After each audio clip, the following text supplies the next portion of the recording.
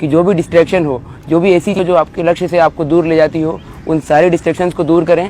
जैसे कुछ लोग सोशल मीडिया पर काफ़ी एक्टिव होते हैं, व्हाट्सएप, इंस्टाग्राम, फेसबुक दिन भर चलाते हैं, मोबाइल पर दिन भर लगे रहते हैं, यूट्यूब दिन भर चलाते हैं, या फिर कुछ लोगों को घूमने का बहुत शौक़ होता है, कुछ लोगों को बाहर की चीज़ें खाने का बहुत शौक़ होता है, या फिर घर जाने का शौक़ होता है, किसी से बात करने का शौक़ होता है। तो ऐसी कोई सी भी चीज़ जो आपको अपने लक्ष्य से दूर करती हो, इन चीज़ों को जब आप यूपीएससी की प्रिपरेशन कर रहे हो तो अपने पास ना आने दें, क्योंकि जब आप अपने डिस्ट्रैक्शंस को दूर करेंगे, जितना आप अपने डिस्ट्रैक्शंस को दूर करेंगे उतने ही आप अपने लक्ष्य के करीब जाएंगे। मेरा दूसरा एडवाइस ये होगा कि आप अपनी प्रिपरेशन में डिसिप्लिन लाएँ। डिसिप्लिन मतलब सेल्फ कंट्रोल। मतलब अगर आप यदि कोई गोल सेट करते हैं, अगर आप कोई टाइम टेबल बनाते हैं, अगर आप ये तय करते हैं कि आपको पॉलिटी 5 दिन में ख़त्म करनी है, तो आपका फोकस होना चाहिए कि आप पॉलिटी 5 दिन में ख़त्म करें। क्योंकि जब आप अपने गोल्स को एक्सटेंड करते हैं और जब आप 5 दिन के गोल को 7 दिन में अचीव करते हैं, तो आप अपने गोल से उतना ही दूर जाते हैं और बाकी चीज़ें करने के लिए आपके पास टाइम कम होता है। जैसे मेरा रूटीन ये था कि मैं सुबह 6 बजे उठता था, 7 बजे से मेरी पढ़ाई शुरू हो जाती थी और 7 बजे से 11 बजे तक, 11:30 बजे तक मैं पढ़ता था। 11:30 से 12 तक का ब्रेक होता था, जिसमें मैं खाना खाता था। फिर 12 बजे से 5 बजे तक मैं पढ़ता था। उसमें बीच में अगर मुझे नींद आती थी तो पावर नैप लेता था, या फिर कभी कभी ज़्यादा भी सोता था, लेकिन थोड़ा सा गैप होता था, वो आधे या 1 घंटे का। फिर 5 बजे से मैं 9 बजे तक पढ़ता था, फिर 9 से 10 खाना खाना और थोड़ा बहुत एंटरटेनमेंट, और फिर 10 बजे से 1 बजे तक मेरी पढ़ाई होती थी। तो अगर आपने कोई रूटीन सेट किया तो उस रूटीन को रिलीजियसली फॉलो करें। और थोड़ी बहुत फ्लेक्सिबिलिटी अलाउड है, लेकिन इतनी फ्लेक्सिबिलिटी नहीं कि आप अपने गोल को ख़त्म करने के लिए 5 दिन के अलावा 10 दिन ले रहे हैं, या फिर 5 दिन के काम को 15 दिन में ख़त्म कर रहे हैं। ऐसे बहुत सारे मोमेंट्स आएंगे आपके प्रिपरेशन में जब आप अपने आप को पूरा टाइम नहीं दे पाओगे, अपनी पढ़ाई को टाइम नहीं दे पाओगे। कभी लाइट चली जाएगी, कभी दोस्त घर पे आ जाएंगे, कभी घर से फ़ोन आ जाएगा, या फिर कभी बाहर घूमने जाने का मन करेगा, कभी कुछ खाने जाने का मन करेगा। तो ऐसे बहुत सारे लो मोमेंट्स भी आएंगे जब आपको लगेगा कि ये एग्ज़ाम बहुत टफ है, मैं इस एग्ज़ाम को क्लियर नहीं कर सकता, ये बहुत, इसमें 5 से 10 लाख लोग एस्पायर कर रहे हैं एग्ज़ाम देने के लिए, तो इस पर मेरा क्या होगा। लेकिन जब ऐसे फीलिंग आए, जब ऐसी चीज़ें आपके मन में आए, तो सबसे पहले अपने आप से क्वेश्चन करो कि मैं ये एग्ज़ाम क्यों दे रहा हूँ। मोटिवेशन कहाँ से आता है। मुझसे बहुत लोग ये पूछते हैं कि आपका मोटिवेशन कहाँ से आता है, इतना 1 साल में एग्ज़ाम कैसे क्लियर हो गई। तो मैं बोलता हूँ कि मोटिवेशन आपके अंदर से आना चाहिए, और मोटिवेशन अंदर से तब आएगा जब यूपीएससी में अपीयर होने का फैसला आपका खुद का होगा। आप जब भी कोई अपनी प्रिपरेशन के दौरान ऐसा फेज़ आए और जब भी आपको लगे कि नहीं मैं नहीं कर सकता, तो अपने आप से सवाल कीजिए कि आपने ये प्रिपरेशन शुरू क्यों की है। ये फैसला आपका था या आप पे थोपा गया था।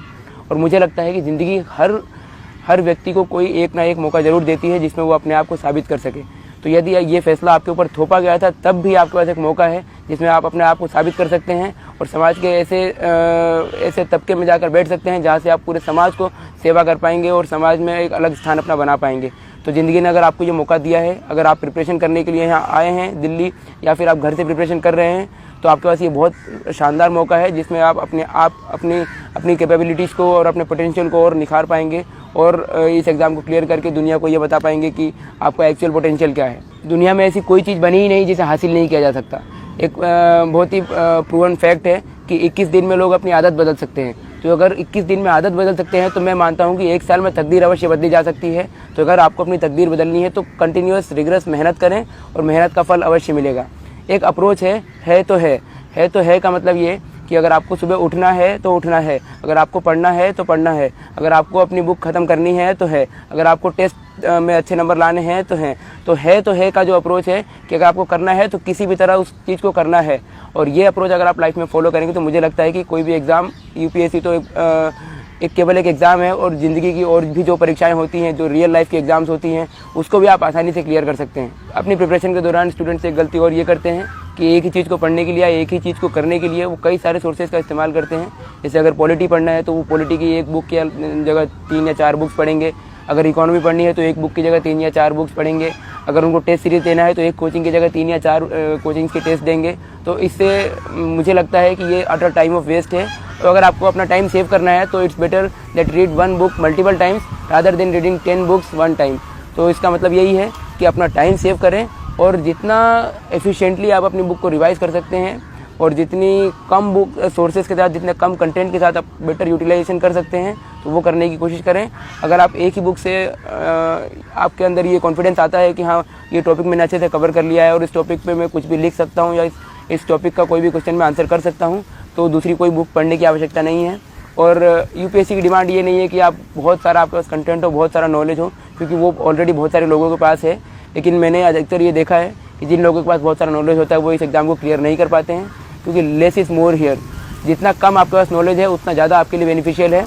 नॉलेज सारी सब्जेक्ट्स का होना चाहिए, उसके लिए आप सिलेबस और प्रीवियस ईयर पेपर्स देखें और जितना भी जैसे भी क्वेश्चन पूछे गए हैं, जिस टॉपिक से जैसे क्वेश्चन पूछे गए हैं वैसा एनालाइज करें आप, और अपने प्रिपरेशन में ये चीज़ लाने की कोशिश करें कि कम से कम सोर्सेज पर रिलाई करें और उन सोर्सेज का बार बार रिवीजन करें, ताकि जो भी सोर्सेज आप पढ़े हैं उसका वो पूरी आपको कंठस्थ हो और आपको एकदम मगअप होना चाहिए वो सारी चीज़ें। और अगर आप पेपर भी पढ़ रहे हैं तो कम से कम पेपर्स पढ़ने की कोशिश करें और ज़्यादा से ज़्यादा अपने माइंड को डेवलप करने की कोशिश करें, क्योंकि कंटेंट आपके पास जितना है उतने में ही आपको डिलीवर करना है। और जब आप एग्ज़ाम लिख रहे होंगे, प्रीलिम्स तो ऑब्जेक्टिव होता है लेकिन मेंस सब्जेक्टिव होता है, तो जब भी आप लिख रहे होंगे पेपर तो आपके पास अगर आपने बहुत सारे सोर्सेज से पढ़ाई की है तो एट दैट टाइम आपको इतनी सारे सोर्सेज से अगर पढ़ा है तो दिमाग में बहुत कम चीज़ें आती हैं और लिखने में भी बहुत सारा कन्फ्यूजन होगा। और अगर एक ही सोर्स से बार बार पढ़ा है तो लिखने में बहुत आसानी होगी और आसानी से आप कोई भी क्वेश्चन का आंसर लिख पाएंगे। तो मेरा एडवाइस होगा कि कम सोर्सेज पर रिलाई करें और उन सोर्सेज का बार बार रिवीजन करें।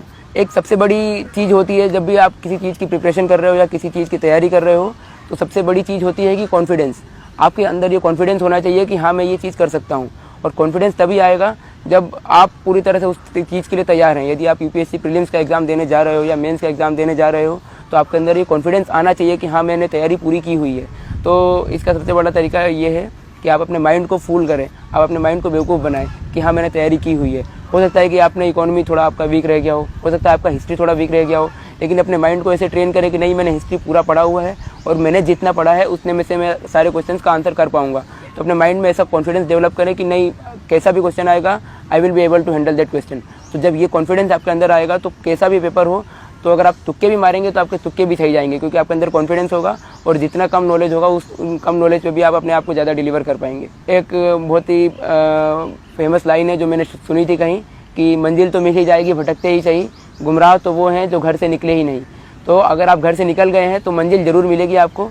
ये ज़रूर है कि टाइम ज़्यादा लग सकता है या फिर ये भी हो सकता है कि कभी मंजिल पे पहुंचने के रास्ते में आपका रास्ता बदल जाए, क्योंकि हो सकता है कि कई बार 5 या 6 अटेम्प्ट देने के बाद भी एग्ज़ाम नहीं होता है क्लियर। लेकिन इसका मतलब ये नहीं है कि आपकी ज़िंदगी ख़त्म हो गई।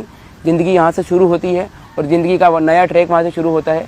इन 4-5 सालों में जो भी आपकी प्रिपरेशन का फेज़ है उसमें कई सारी चीज़ें नई सीखने को मिलती है। तो अगर आप मेरा एडवाइस ये होगा कि अगर आप घर से निकल चुके हो प्रिपरेशन के लिए, अगर आपने प्रिपरेशन शुरू कर दी है तो पूरी डेडिकेशन के साथ, पूरी डिटर्मिनेशन के साथ एग्ज़ाम दो। 10 लाख से ज़्यादा लोग इस एग्ज़ाम का फॉर्म भरते हैं और 5-6 लाख से ज़्यादा लोग इस एग्ज़ाम को देते हैं। इसका मतलब ये नहीं है कि सारे लोगों का एग्ज़ाम क्लियर होगा, लेकिन एग्ज़ाम अगर क्लियर नहीं भी होता है तो भी कोई टेंशन की बात नहीं है। टेंशन की बात तब है जब आपने उस एग्ज़ाम के लिए पूरा हार्डवर्क नहीं दिया है। अगर आपका एग्ज़ाम क्लियर नहीं होता है और अगर आपने हार्डवर्क पूरा किया है तो आपके अंदर वो एक तरह से काफ़ी सेटिस्फेक्शन वाला भाव होगा कि नहीं मैंने प्रिपरेशन पूरी की थी। हो सकता है लक मेरे साथ ना हो सकता है कि बाकी लोगों ने ज़्यादा मुझसे मेहनत की हो इसलिए उनका सिलेक्शन हो गया है, या बाकी लोगों की किस्मत अच्छी है, लेकिन आपको एटलीस्ट अपनी लाइफ में कभी रिग्रेट नहीं होगा कि नहीं मैंने मेहनत नहीं की, या फिर मैंने अगर थोड़ा ज़्यादा टाइम दे दिया होता, थोड़ी मस्ती कम की होती तो मेरा सिलेक्शन हो जाता। तो इसलिए पूरी तरह से आप अगर प्रिपरेशन में लग रहे हैं तो पूरा हार्डवर्क कीजिए, सारे डिस्ट्रैक्शंस को अवॉइड कीजिए, सारे मिथ्स को अवॉइड कीजिए और पूरी तरह से इस प्रिपरेशन में लगिए, ताकि बाद में आपको लाइफ में कभी ये रिग्रेट ना हो कि मैं थोड़ा बहुत और हार्डवर्क कर सकता था, मैं थोड़ा बहुत और टाइम सेव कर सकता था, मैं अगर मूवी देखने नहीं जाता, मैं अगर यूट्यूब नहीं चलाता, मैं सोशल मीडिया पे ज़्यादा एक्टिव नहीं होता और मैं दोस्तों से बातचीत अगर कम रखता अपने प्रिपरेशन के दौरान, मैं ज़्यादा अगर सोशल एनवायरनमेंट में नहीं जाता और अपने प्रिपरेशन के टाइम पे बिल्कुल लोन वोल्फ की तरह अगर प्रिपरेशन करता तो मेरा हो जाता। अगर ये भाव अगर आपके बाद में आपको आएगा तो पूरी लाइफ भर आपका रिग्रेट होगा। इसलिए भले एग्ज़ाम में सक्सीड हो या ना हो, मेहनत पूरी करो ताकि बाद में कोई रिग्रेट भी ना हो, और बाकी अगर रिग्रेट नहीं होगा तो लाइफ के दूसरे एग्जाम्स में आप आराम से सक्सीड करोगे। एक और बात यह है कि इस एग्ज़ाम में काफ़ी सारे मिथ्स बने हुए हैं कि कोचिंग करना कंपलसरी है, एक अच्छे बैकग्राउंड से होना ज़रूरी है, IIT या IIM से होना ज़रूरी है और मेट्रोपॉलिटन सिटी से होना ज़रूरी है, दिल्ली में प्रिपरेशन करना ज़रूरी है और बिना कोचिंग के टेस्ट सीरीज़ के, बिना कोचिंग के गाइडेंस के हो ही नहीं सकता एग्ज़ाम। आप Tier 2 या Tier 3 सिटीज़ से आते हैं तो आपका सिलेक्शन नहीं हो सकता। 10th-12th में अच्छे परसेंटेज होने चाहिए, ग्रेजुएशन में अच्छे परसेंटेज होने चाहिए। पर मुझे लगता है कि ये सारे मिथ इसलिए बनाए गए हैं ताकि इस एग्ज़ाम को और टफ बनाया जा सके और मार्केट में जो लोग इस एग्ज़ाम से प्रॉफिट कमा रहे हैं या इस एग्ज़ाम का फ़ायदा उठा रहे हैं उनको और प्रॉफिट हो। तो मुझे लगता है कि बिना कोचिंग के भी प्रिपरेशन हो सकती है। 10th-12th में अगर अच्छे परसेंटेज ना हो तो भी एग्ज़ाम क्लियर हो सकती है। मैं खुद इंदौर से आता हूँ, ना IIT से हूँ ना IIM से हूँ, ग्रेजुएशन मेरा BCom ऑनर्स में था, 22 की एज है, फर्स्ट अटैम्प्ट में एग्ज़ाम क्लियर हुआ है। तो कई सारे मिथ तो मैंने खुद ब्रेक किए हैं। आप जो इस बार ऑल इंडिया रैंक 3rd हैं, जुनैद अहमद, उनका एग्जाम्पल देख सकते हैं कि उनके 10th और 12th में दोनों में अराउंड 60 परसेंटेज थे। तो 60% यानी एक एवरेज स्टूडेंट। और यदि एक एवरेज स्टूडेंट का भी एग्ज़ाम क्लियर हो रहा है तो आप उनसे प्रेरणा ले सकते हो कि आप भी इस एग्ज़ाम को आसानी से क्लियर कर सकते हो, बस डिटर्मिनेशन चाहिए।